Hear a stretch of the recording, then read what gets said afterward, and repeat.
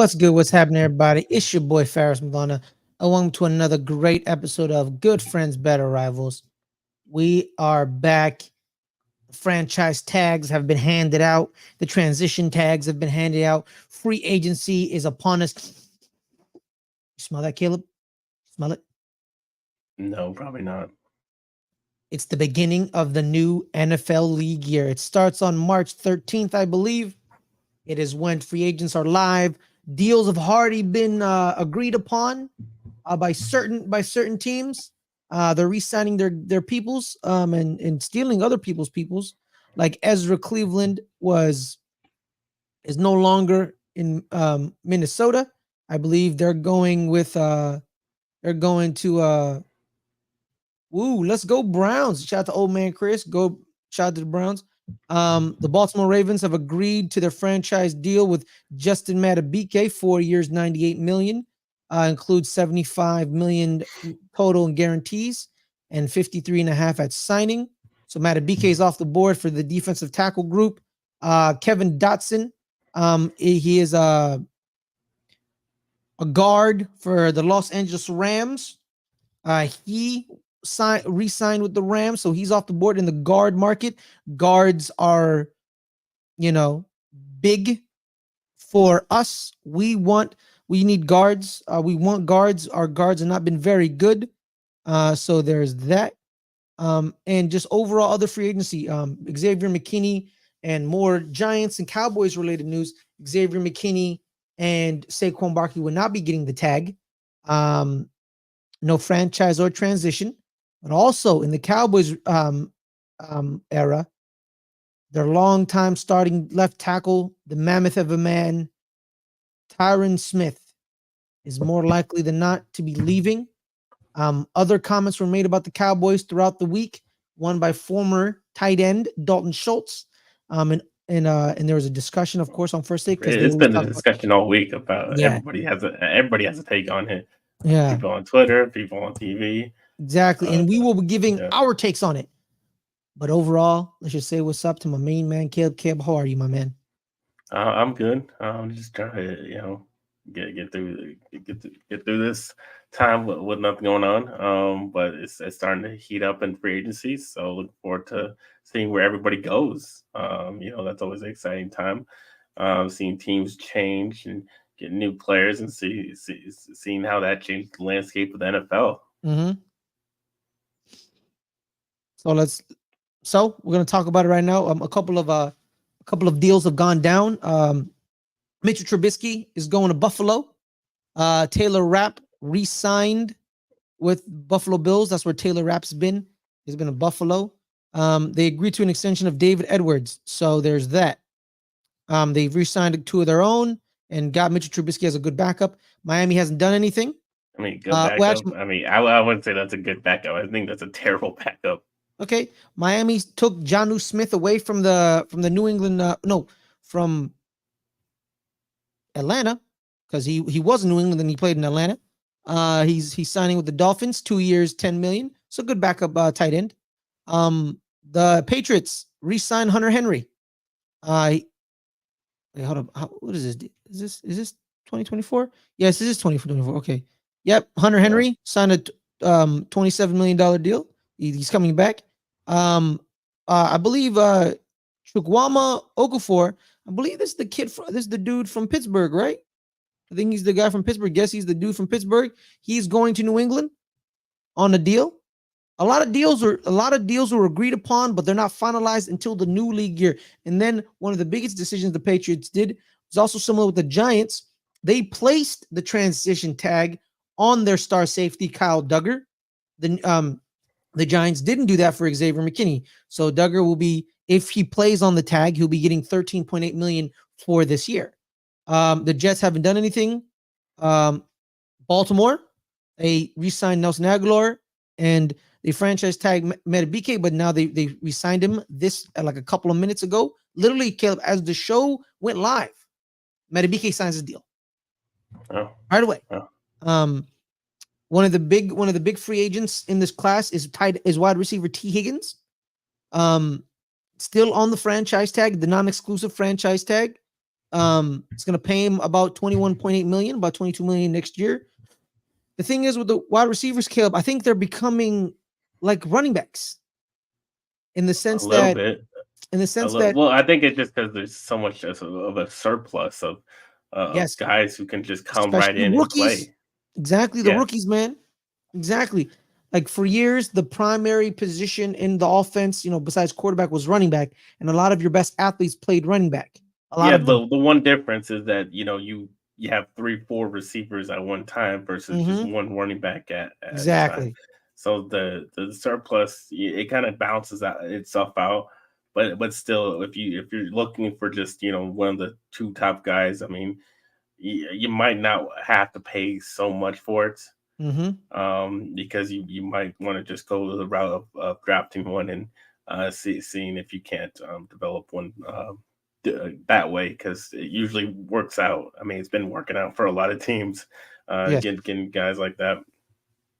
So yeah, I mean, it's a similar situation, but I think it's different. It's still they're still getting a lot more, but they're getting still getting at least the top guys are getting paid a lot, and that's definitely the situation coming up with the Cowboys and CD Lamb. He's gonna get paid a whole lot of money, because he is the number one guy. He's one of the top receivers in the league. So yeah. I mean, look at the top guys are still getting their money. Yes, that is true. That is true. It is a lot of receivers. Then we keep going down to the AFC South because Pittsburgh and Cleveland didn't really do anything. Um, they didn't really do much, nothing really in the sense. The South, AFC South, Dalton Schultz, one of the guys we'll be talking about coming up in a bit due to his comments. He re-signed his deal in Houston, 3 years, 36 million. That includes 23.5 guaranteed. They re-signed their kicker, Kyami Fairburn, to a 3-year deal, $16 million. Houston keeping their core in the sense, making sure everyone stays, together, because they still can sign people because they have the luxury of this, Caleb. This is the thing everyone wants. Really good rookie quarterback, cheap deal. And No. then what you do is you just start signing, start signing everybody. And then you create your window for Super Bowl. You know, you create your Super Bowl. And we'll see if Houston takes advantage of that. Do you think they could take advantage of that, Caleb? I mean, what teams have taken advantage of that? What team has it worked that out that they got a rookie quarterback and they won the Super Bowl? I mean, The not a Chiefs. rookie quarterback, but I'm just saying on their rookie deal. The Chiefs. Yeah, I mean, the Chiefs, exactly. That's one team. Mm-hmm. And any others? Can you name any others? Um, Carson Wentz. They didn't. They won with Nick Foles. I know, but it was on Carson Wentz's rookie deal. It was on his rookie deal, but still, Yeah. he didn't win it though. Um, You can't say that he won the Super Bowl. that's true. He didn't win the Super Bowl. So Yeah, it's you're Patrick right. Mahomes. We got Patrick Patrick Mahomes. Mahomes. So yeah, Yeah, it's it Patrick worked out Mahomes. from one team. Yeah, pretty much. Yeah. But CJ Stroud's pretty good, man. He's good. He's good. No, I get, but look, there's good quarterbacks. I mean, there's good quarterbacks in the league. Lamar Jackson, Josh Allen, Joe Burrow. What do they all have in common? They No Super didn't win the Bowls. Super Bowl. Yeah, exactly. That man in Kansas City ruins it for everybody, isn't he? But it's not just him. Do It you was think Tom. he's about? Yeah. Do you think he's It about the wasn't just Michael him. It was Tom Jordan? Brady before him. I mean, Yeah. the last, 10 out of the last 20 Super Bowls have been won by either Tom Brady or Patrick Mahomes. So it's not just him. Yeah. Yeah, man. Yeah, we'll see. We'll see if they can take advantage of it, because that's what you want. You want them to take advantage of it. All right, then the Colts signed. Gave Michael Pittman the franchise tag, another really young wide receiver that people like, and that's been hamstrung by quarterback play in Indianapolis. We just want to see if Anthony Richardson evolves, and we'll see it. We'll see. Shout out to Adelia in the chat. Shout out to you, Adelia. A shout out to the Rogue Pod. I don't know if he's happy for the Justin Madubuike deal. I don't think I don't know. Are those Ravens fans ever happy? They seem to always be angry at their team for some reason. Yeah, well, it happens. When you're being screwed over, it's, you gotta ask them. You gotta ask them. The Jags, once again, here's the thing about the Jags, man. Every offseason, the Jags always go after a guard, and they always pay a guard a bunch of money. First it was Andrew Norwell. Now it's Ezra Cleveland. Ezra Cleveland, 3-year deal, $28.5 million. That includes $14.5 million guaranteed. And then they gave Josh Allen the franchise tag, which is going to pay him $24 million in next year. Shout out to you, Josh Allen, the better Josh Allen. That's a joke. The Tennessee Titans signed a long snapper.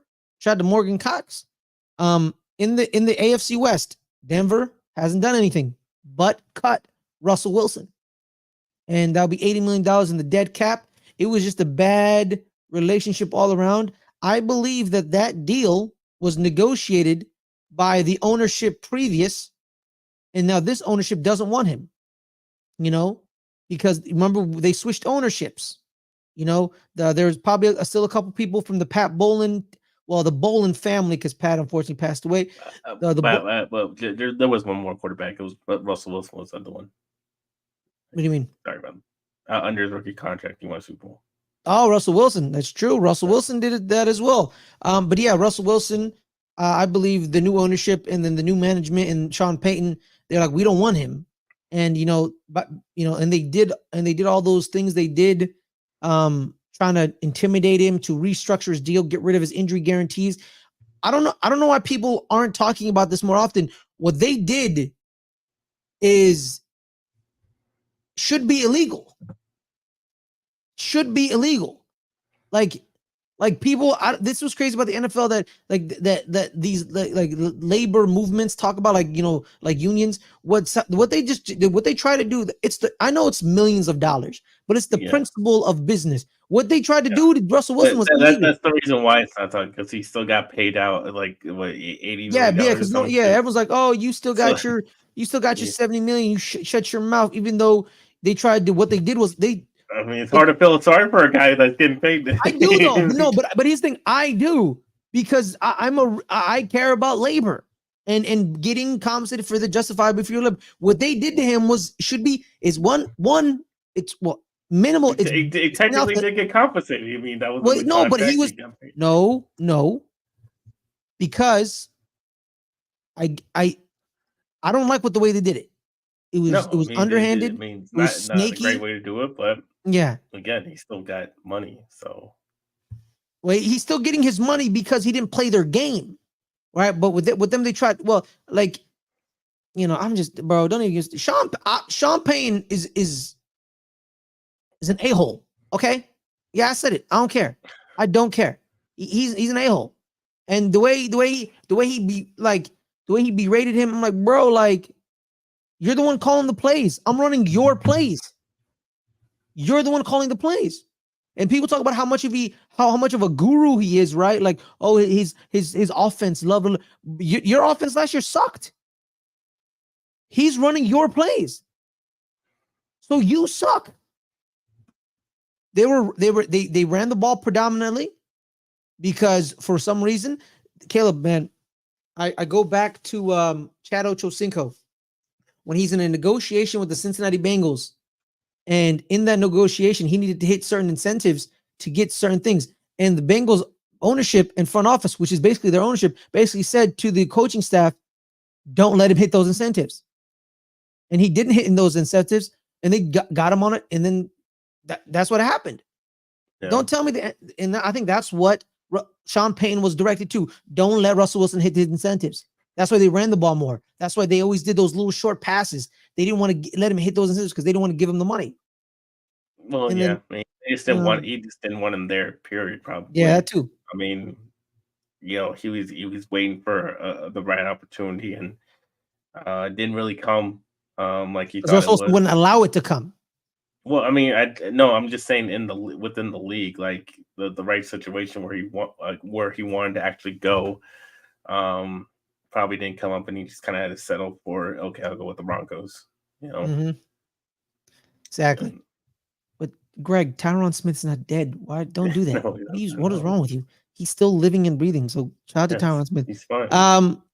Let's go to the Chiefs, the defending champion, the Chiefs. L'Jarius Sneed received the franchise tag, their star cornerback, and then they re-signed one of their linebackers, Drew Tranquil, who is I think is just delusional, but good for him. Linebackers who are a bit delusional are great linebackers. He re-signed for 3 years, 19 million, and they did something a little outrageous. They signed San Diego State punter Matt Ariza to their team. And Matt, if everyone knows about Matt Ariza, there was a massive investigation about him and being accused of having sex with an underage a minor.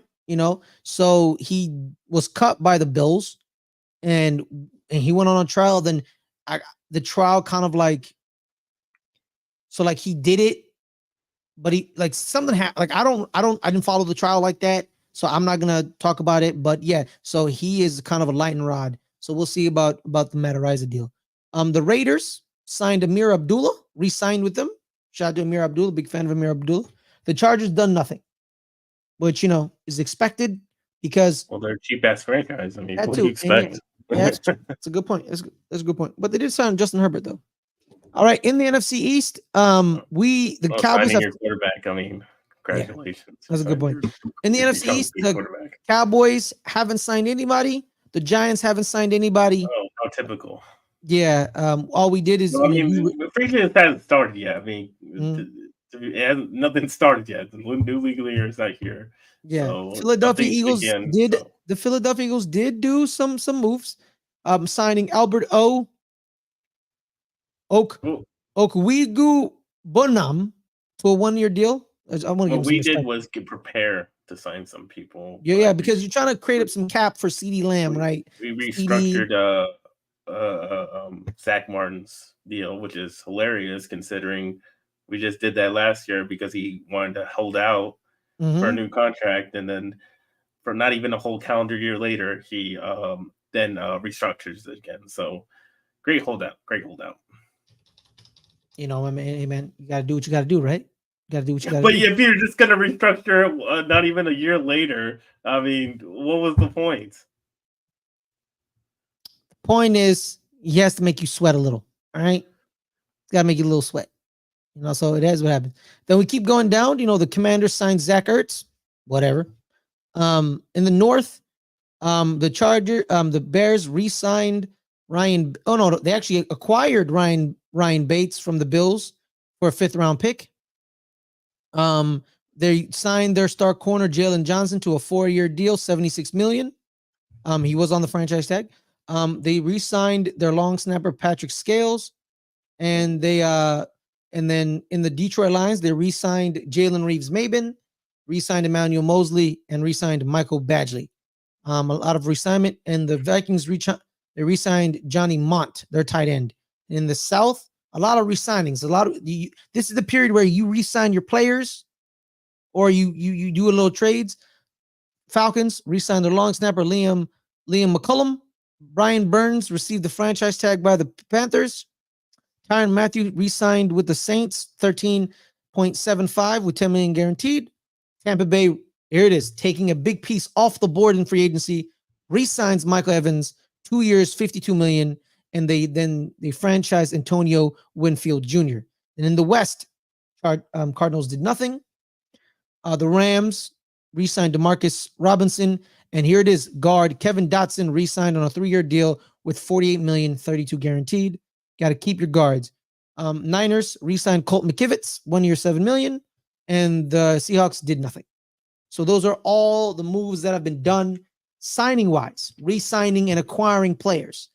But there's a lot of franchise tags were given out now, in the sense that the Cowboys and we were speaking about Dalton Schultz. Dalton Schultz was on the Pat McAfee show talking about the difference between the two Texas NFL teams, Houston and Dallas. Talked about how in Dallas, it was a bit more of a circus. It's a lot of flashy bulbs and he said like a zoo. Like a zoo. Like a zoo. So Caleb, is he fully wrong? No, he's completely right. He's not fully wrong. He's Mhm. 100% right. Uh, that it is what it is. I mean, that's how Jerry Jones has set this organization up. That's what he wanted. He wanted to, you know, be that showy franchise where everybody comes along into their building and he basically shows off. He's a show off. Show off his building, show off his players, and yeah, I mean, Oh, you shut your it mouth, wasn't just Ryan. him. You shut your mouth. I Ryan mean, we'll, Christensen, we'll, we'll get to that. Cowboys We'll going to get to move on that. from Pollard, bring Oh, in Barkley. Get out of here. Shout out to maybe. Jose. What Hit up? What me. up? What up? But yeah, I mean, he's completely right. I mean, that's just the culture they built. Um, and that this goes into the other comments, other discussions, um, of what Stephen A. and Dan Orlovsky and Shannon Sharp were having, and saying, do we have a winning culture? Um, and Dan Orlovsky was saying, no, we do, because we went 12-5 the last 3 years, and obviously Shannon and Stephen A. hate the Cowboys, so they're always going to say negative stuff. But in this case, I actually agree with them. We don't have a winning culture. Um, doesn't mean we don't have. Doesn't mean we have a bad culture. I think a bad culture is a losing culture when constantly losing. Yes. Um, One that is very You have a dysfunctional. culture. You have a culture. Yeah, Yeah. yeah, exactly. I think it's a oh yeah, it's a good. I would say it's a good culture. It's just because it's not the functional, it's not losers, but it's just the wrong culture. It's the wrong culture, not Hmm. the right culture. That's gonna get you to win in the playoffs like we want. Um, you know, and that's where Dan Orlovsky is wrong. It's not a winning culture in the sense that we can't win in the playoffs. And the reason why we can't, because this whole cult, we've heard these Cowboys players have been on podcasts after during the Super Bowl. Marcus Lawrence talking about they went to that game, they were tired, they were fatigued. Playing such a long season. I mean, what kind of freaking mindset is that if you're going into a playoff game with that thinking that stuff and like you're all tired? I mean, that's just you just seem unprepared all the time in the playoffs, and that's just kind of what sprouts when you have some cream puff coach that doesn't get your guys prepared. And we've had that. That's all we've had for with Mike McCarthy, with Jason Garrett, with Wade Phillips. They're all the same. They're a bunch of lame asses that they don't get the shit together. They don't prepare the team, and they don't. And the one big thing is that they're not accountable. They don't hold Hmm. any of the players accountable. They don't hold themselves accountable. They don't push back on Jerry Jones at all. And that's exactly what Jerry Jones wants. That's why he places the same exact coach over and Well, over and yeah, over. because Caleb, Jerry Jones bought the team one like 80, 89. 89. He bought it in Yeah. 89. He brought in his best friend, Jimmy Johnson. And Jimmy Johnson, we all know Jimmy Johnson, he wins. He is a winner. That's what he does. He wins. He won at Miami. He won in Dallas, and he was kind of successful in Miami, the Dolphins. Was he Dallas Cowboys successful? No, no, no. But he was successful. He found Jason Taylor, Zach Thomas for everybody. He's a great talent evaluator. But Jerry realized that for greatness, he is an egomaniac. He wants to be in charge of everything. Jimmy Johnson made the Cowboys the Cowboys, and Jerry's still angry about that. He's still mad about that. He can flaunt his Barry Switzer Super Bowl in everybody's face like, no, those are Jimmy's players. That was Jimmy's team. Everyone knows it, and everyone denies that Jerry won that Super Bowl because it's Jerry. Because everyone knows it's a Jimmy Johnson team. Everyone knows it, and Jerry doesn't like that. And Jerry, because of that, Jerry always signs like what you said. Yes, men, just clapping on the sideline. Clapping on the sideline. Yeah, good job, guys. Yeah, because they are just happy to be there.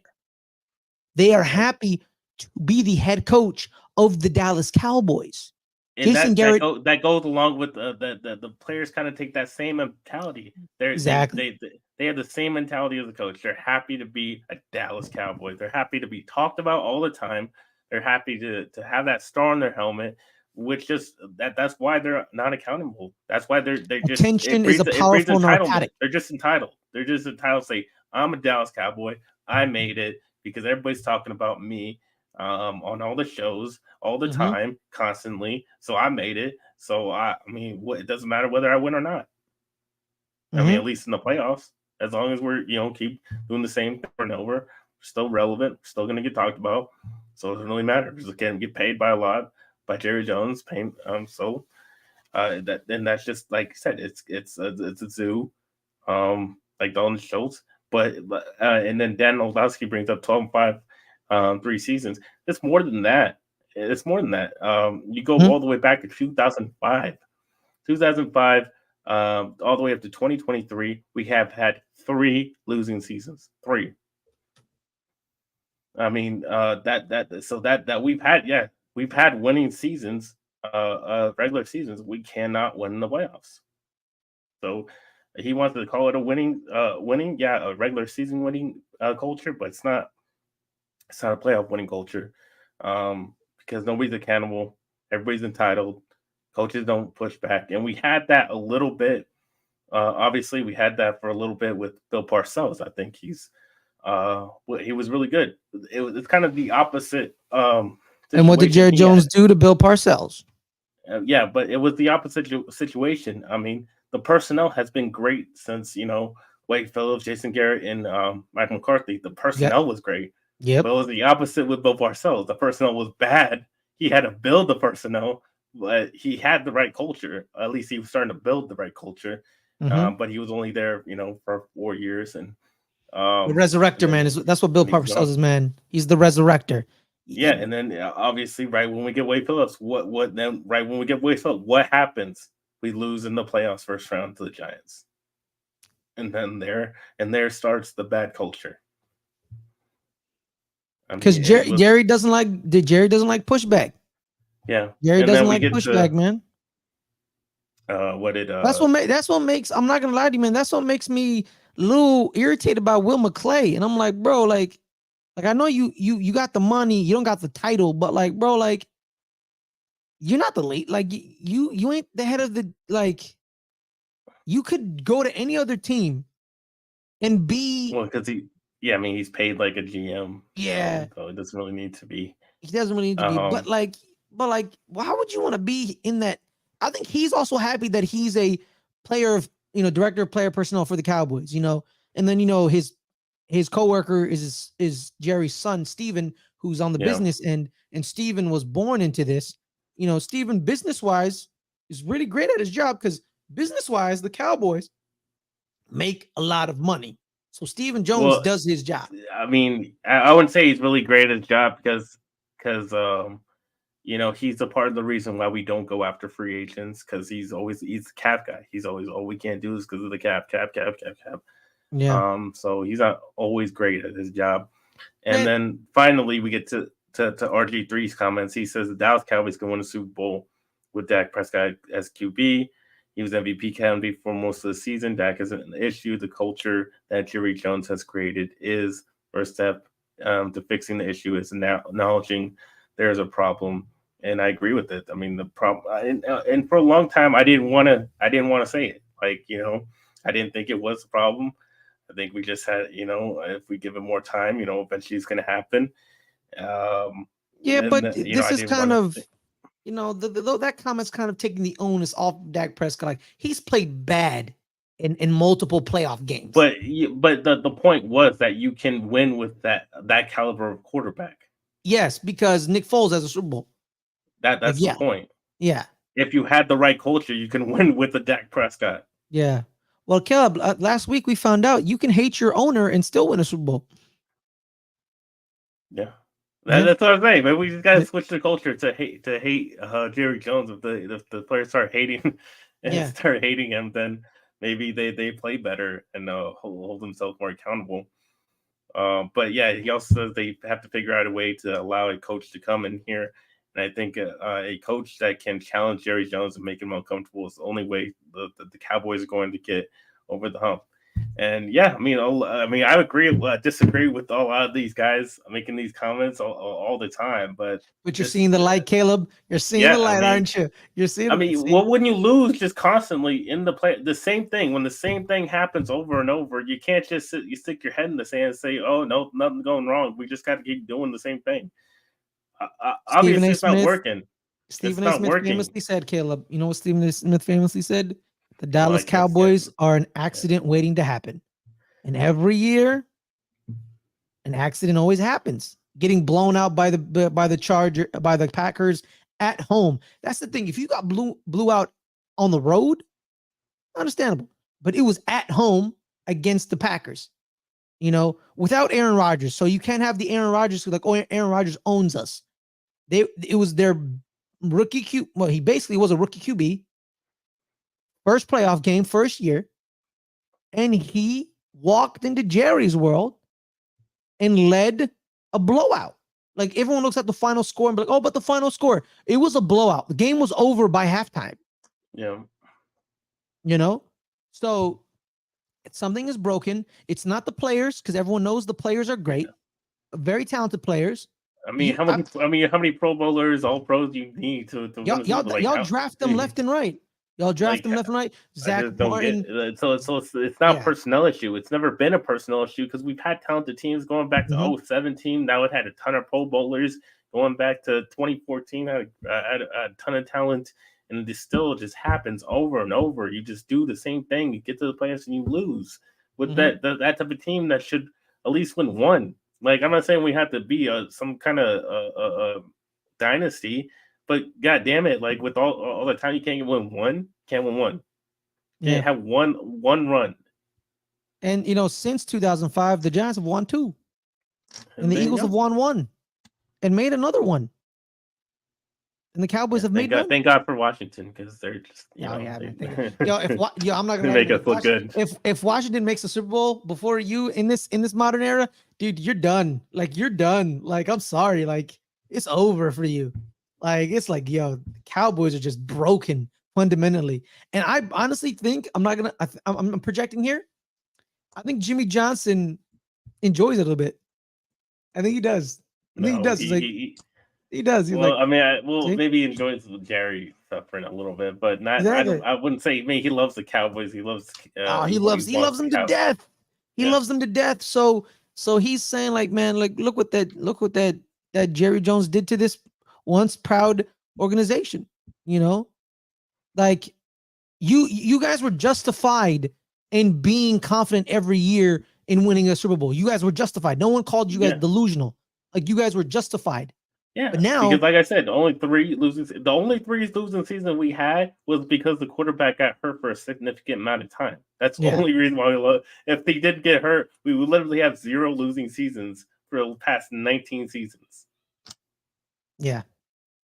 So Caleb, so the famous question is this, Caleb: would you rather have your team be like you, constantly good, and always falter in the playoffs, or be like the New York Giants, who are absolute dog shit? I'll trade places with you. 2 Super Bowls. I wouldn't trade places with 2 iconic Super Bowls too. Both of them are iconic victories. Like, those 2 Super Bowls are always talked about every day. I don't give a shit how bad you guys were in the late 2010s. Dude, god awful. I don't care. I'll take it. I would take it. I would take it every single day of the week. I mean, I'm not gonna lie to you, Caleb. I'm gonna be honest. The New York Giants Super Bowl in 2007 is the greatest Super Bowl victory of all time. Well, that's because you're a Giants fan. No, but I'm talking about like historical wise. Like, come on, bro. That Super Bowl is gonna be known forever. Like, and it's like because of what they did. 18-0, stopping it. Saving the Miami Dolphins undefeated season. Shout out to you, Mercury Morris. You owe us a big thank you, because Mercury Morris, every year someone's undefeated, he always comes out and says, watch them screw up in the end. And then the Patriots didn't, and then they got to the Super Bowl and they're like, oh my God, no. And then the Giants beat them, and Mercury Morris is like, oh, thank the Lord. So it's still one team. Yo, man, I'll say this, man. Greg is really, really like going after you. He's like, damn, Caleb Trent is back on the Cowboys. Insert Will Smith shaking his head gif. Ryan, it starts with the head coach. McCarthy's not the answer. It's not turning your back on him. It's just, I mean, Greg, how much more can you sit there and who wins the say? championship first? Cowboys or Giants? I think the Giants will. I think that's. I think they will. I mean, you see the same pattern. Like you're just gonna say no, Ryan, no, that's not going on. Like no, Jerry's like, ego will be the downfall of his Cowboys, in my opinion. Absolutely. Caleb A. Smith is here. If Washington wins the chip before the Cowboys, might be the last of me. Imagine Gallup catches a ball off his helmet and we beat the Chiefs. Yeah, we'll see. But David Tyree was wide receiver 4. Gallup may not be here much longer. Exactly. So. And Gallup's like your third wide receiver. David Tyree was like wide receiver 5. So it's like, imagine like Simi Fehoko does that. He's not on our team anymore. But that's what I'm saying. I don't know who your receiver 5 is. Who's your receiver 5? I don't know, Turpin maybe. Yeah, exactly. Imagine Kevontae Turpin catching a ball off his helmet. That'd be crazy because he usually is not on offense. But enough with the boys in Dallas. Basically being absolutely ripped to shreds by their former players. Dalton Schultz was right. Caleb says he's right. Dalton Schultz is right. But now to the other boys in blue, the New York Giants. A lot of things happen, but predominantly the New York Giants. They cut Mark Glowinski, our guard. It saves, I think, $7.5 million in cap. They didn't tag Saquon Barkley, and they didn't tag Xavier McKinney. They're kind of letting them test the markets, and we'll see how it is. And then predominantly the Giants. A rumor came out. A rumor by Rich Eisen, who I love when he does this. He talks about like, oh, I heard a rumor at the combine, when it's not a rumor. It's not a rumor, because last year the 5 rumors he heard at the combine were all correct. Well, they're not rumors. That means they're rumors. They're not rumors. Well, rumors can be correct. Yeah, but I'm talking about Rich Eisen isn't an insider, right? In the sense, but he knows people. And what the big rumor he heard in Indianapolis was this: the New York Giants have buyer's remorse on Daniel Jones, which is a clear indicator that. No shit. Oh yeah, thank you, Rich Eisen. You don't think we've noticed that? Exactly, because people on this show, I told everybody, I think Joe Shane's gonna do what they did in Buffalo. He had a good year. It was a fine year. It wasn't great. It was a fine year. They made the playoffs. They won a playoff game. But in Buffalo, they got rid of Tyrod Taylor when he did the exact same thing for them. And they said, we don't want you. We're going to start all over. And they went and got Josh Allen. I thought that's what Joe Shane was going to do. And then they re-signed him. Then I was like, okay, fine. I got to deal with this guy for the next 4 years. So I'm just going to, keep it moving. He played like absolute dog doo-doo this year, and it just got bad from worse and bad to worse, and then just became catastrophic in the sense that he ends up tearing his ACL. And I generally feel bad for Daniel Jones, but I generally think that he was broken by, guess who? Jason Garrett. Guess who? Jason Garrett. I think him and Joe Judge mentally broke the kid because he played very well under Pat Shurmur. He did. I mean, you guys were bad. No. We were bad. The team was bad, but he played good. He did have some turnover. He still had the turnover issues, but but so did But let's not act like Josh Allen didn't have turnover issues. That could be taught out of him. And I remember his debut against Tampa Bay. He comes in, he balls out, and he was playing very well. And I think Joe Judge and Jason Garrett broke him. And then his cap was capped. Ceiling was shut off. He couldn't go because he was not there. And last year, some of the games, let's not talk about the Cowboys game week 1. I've never ever said to myself the season's over so quickly, because the Cowboys broke us. We had a little good moment in Arizona with the comeback, but we had to come back from 28-0. And we thought we had some juice. We looked kind of good. Then The Monday night game. The Monday night game against Seattle. Seattle, all of their offensive linemen got injured. Geno Smith isn't playing well. He's injured. We have a chance to win the game. Daniel Jones throws one of the worst interceptions I've ever seen in my entire life. Stares down the receiver and still throws it there. Devin Witherspoon with the interception, and he ran. And Devin Witherspoon had the interview afterward, and he said, "Oh, we knew we could have him. We knew what he is. He's predictable." And that's what happened. We should have won that game. We should have won that game. And the Giants are moving on. The big key is the Giants are at 6 in the draft. So two things can happen. If you think one of these quarterbacks is the future, the playmaker, the man, like the one, you go up and you go get him. Jaden Daniels, or Caleb Williams. If you stay at 6 and draft JJ McCarthy because you think you can develop him to be good, you then draft JJ McCarthy, development, because people forget the Josh Allen. And he'll be exactly like Daniel Jones. Yeah, calm down. All right, calm down. Josh Allen was. No, that is true. It's coming down. I don't know. Here's the thing about JJ McCarthy. I don't know what he is because the way they did their offense in college. Well, I mean, he wasn't the key. They ran the ball like 3 times in a row. Exactly. So could they have been hiding some talent? They didn't want him to throw the ball. College ain't like that, bro. It is really like that. You know. I mean, they don't want you to throw it. They don't want you to throw it. That's one thing that I think if we can't get Jaden Daniels or Caleb Williams, I think we should stay at 6 and draft a star wide receiver in Malik Neighbors.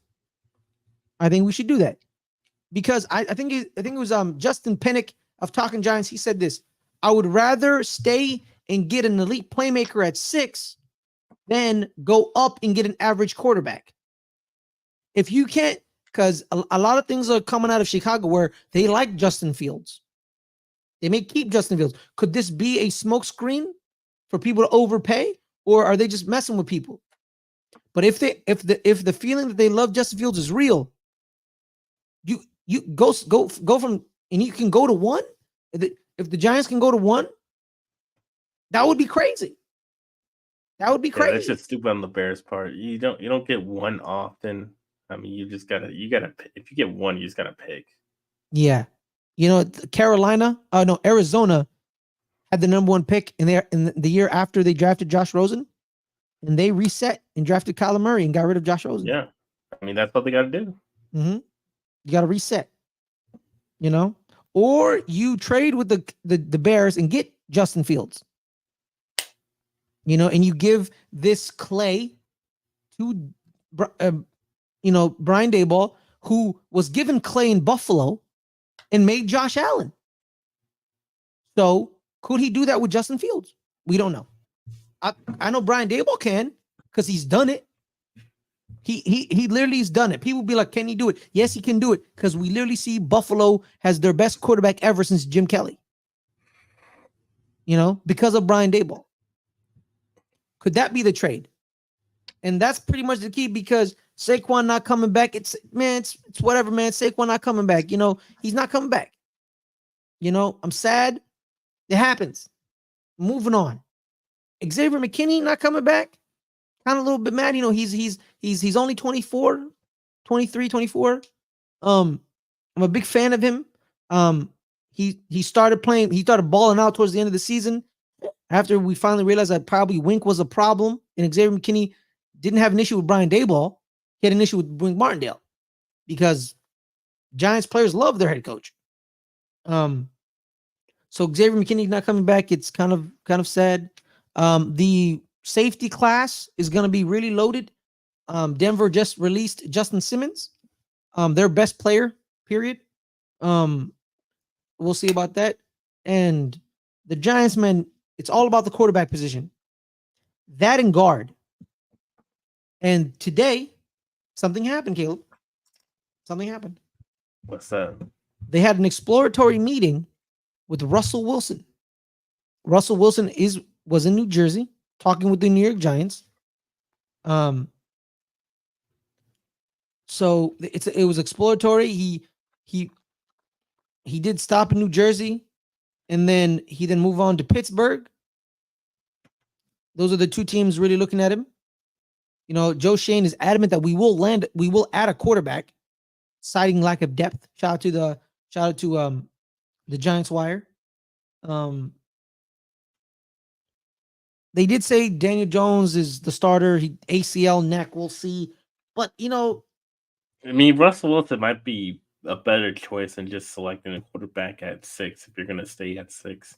but here's the thing. I would think the best, like you said, the best option is for them to trade up and get the one of the better 2 quarterbacks in the draft. I think that's the number one option I would take. Who cares what you're going to trade up for, as long as you got your guy. But if you're not going to do that, then I think, probably I would think Russell Wilson's probably a better choice than selecting whatever is left at 6. But the thing is here, Caleb, someone did throw out an idea where they signed Russell Wilson like a 2-year deal, right? Something reasonable. They draft Drake May and they Jordan Love Drake May. Because people talk about Drake May, they're saying he's too raw. He has all the tools. He's raw. He's clay. You know, could then they do that?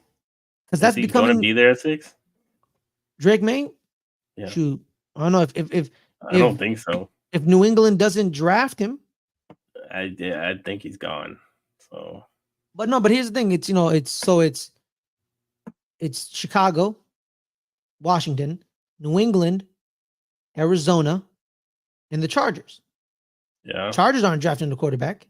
No. Right? Jaden Daniels and Caleb are going 1-2. All right. So it's Patriots, and there's other people that can trade up too. Yeah, there's the trade ups of those. Yes, that's true. You know, we'll see. But I don't know what they're doing, because here's the thing about this organization, this regime, they don't tell us nothing. The previous regimes, you would find out through leaks, and you would find out because someone was always talking to the media. Someone was always leaking information. Joe Shane don't do that. Joe Shane, he's a liar. He's a liar. And I'm saying this as a compliment. He be lying. On draft day, no one said we were going after Kayvon Thibodeau. On draft day, they knew we were getting a tackle, but they didn't know which one we preferred. No one knew, because Joe Shane made people not know. And so then, he threw out something saying the Giants really like Sauce Gardner, but they knew Sauce Gardner was going, was going to the Jets, I believe. So the person who said that rumor to the people, he got fired. They fire people for leaking information. They don't, so this regime is different. Well, back then before Dave Gettleman, you could talk to someone in Dave Gettleman's office, and even Dave Gettleman will tell you what they're doing. You don't even have to talk to this. You'd be like, hey, Dave, you drafting this person? Yes, we are. Oh, you drafting Daniel Jones at 6? Yep. Okay, cool. Joe Shane tells you nothing. He just stands there, smiles, and says a bunch of random words. He says a lot by saying nothing. He says nothing by saying a lot. He just be gibberishing. It was just random words in press conferences. He tells us nothing. He says, oh, yeah, man, quarterback, blah, blah, blah. Of course he talks about the quarterback, which, of course, everyone's going to talk about the quarterback. Of course, we're going to add a quarterback. Oh, of course the Giants want a quarterback. Man, everybody want a quarterback. Everybody do. So Joe Shane tells nobody nothing. So I honestly, Caleb, I'm be real with you, I don't know what the hell they're going to be doing. I don't know. Because that's they be, man. They tell nobody nothing. But we do need to get some guards. We need guards. A name that's been thrown out is Dalton Reisner from Minnesota. Minnesota's going to lose both guards in Dalton Reisner and Ezra Cleveland. Ezra is, in Jacksonville, like we said. And Dalton Reisner is a free agent. So we need guards. Veteran guards. Like Dalton Reisner. So it is what it is. That's it. That's pretty much all we got for the New York Giants and the Cowboys. been a lot of speculation. I mean, we can talk about the Saquon Barkley going to the Cowboys. It's not happening. How do you But know it's not happening? It's probably gonna happen. It's probably gonna happen. You know, we took Martellus Bennett from you. I mean, we have. I mean, good riddance. Well, that's multiple Super Bowl champion Martellus Bennett to you, my good sir. Congratulations. Yeah. He called you guys a circus before it was popular. That's probably true. But yeah. They're all right. See, I'm not denying it. I'm not exactly. So he was right. A lot of Cowboys fans hate him because he called you guys out, and people are like, "How dare you?" But now you guys agree for that reason. Why? He was just unproductive.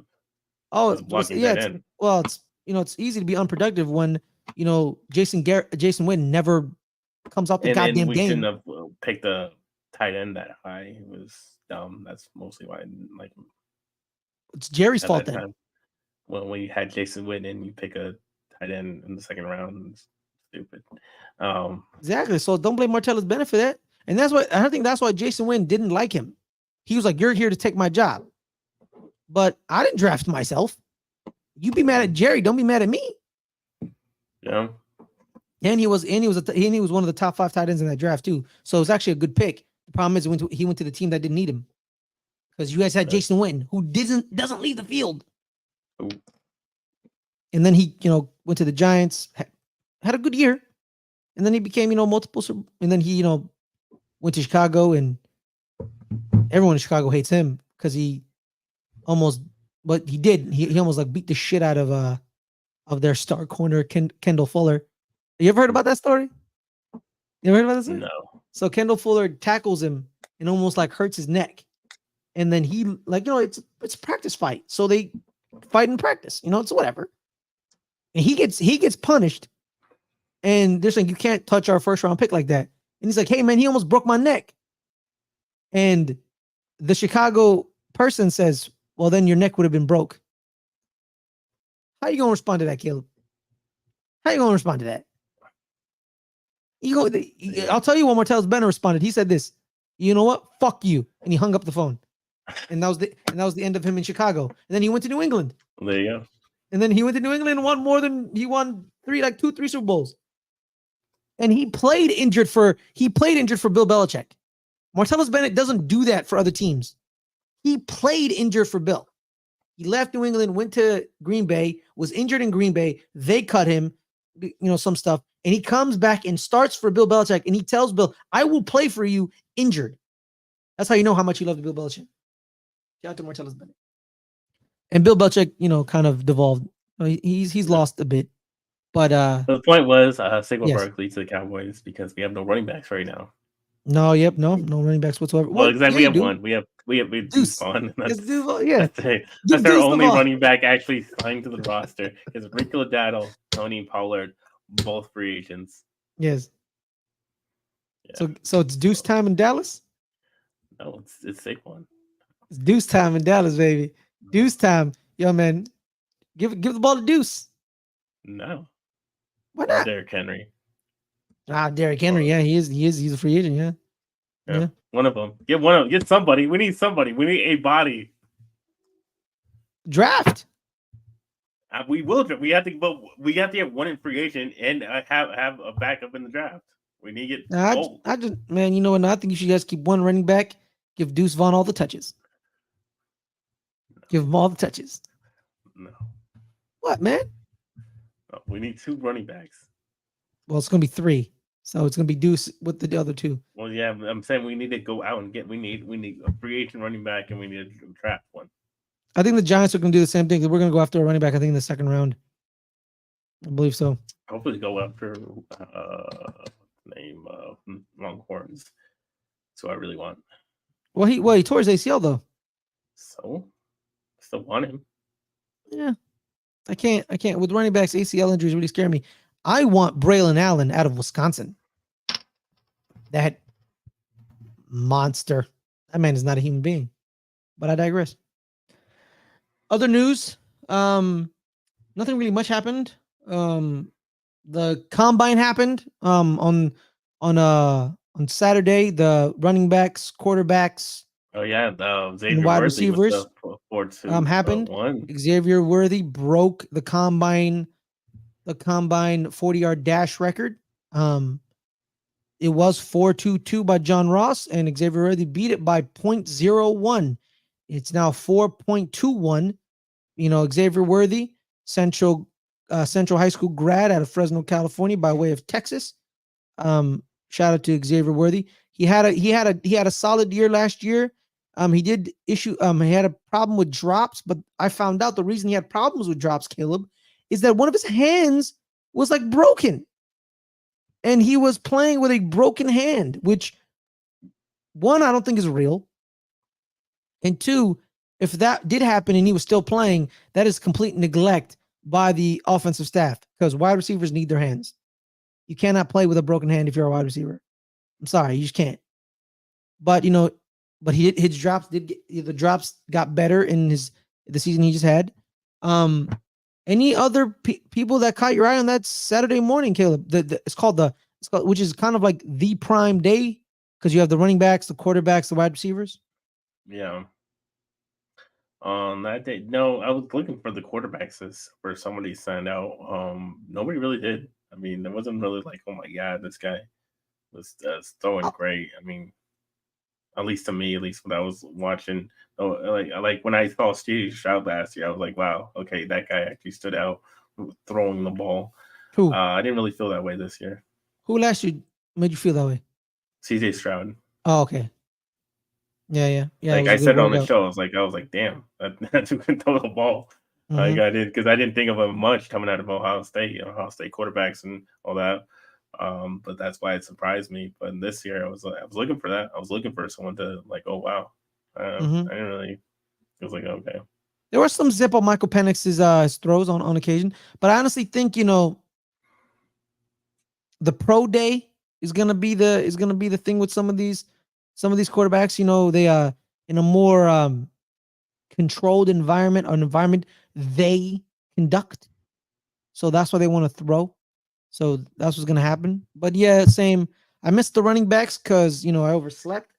QBs, the field drills were cool. Wide receivers, the 40-yard dash is what mattered. Straight line speed. Definitely the agility drills. Can you cut on a dime, switch up? We do have I could look up the combine trackers who had the best 3-cone drills and all that jazz. But we are getting down to an hour. We'll talk about it a little bit more in depth later on, closer to the draft. When we do our mock draft coming up.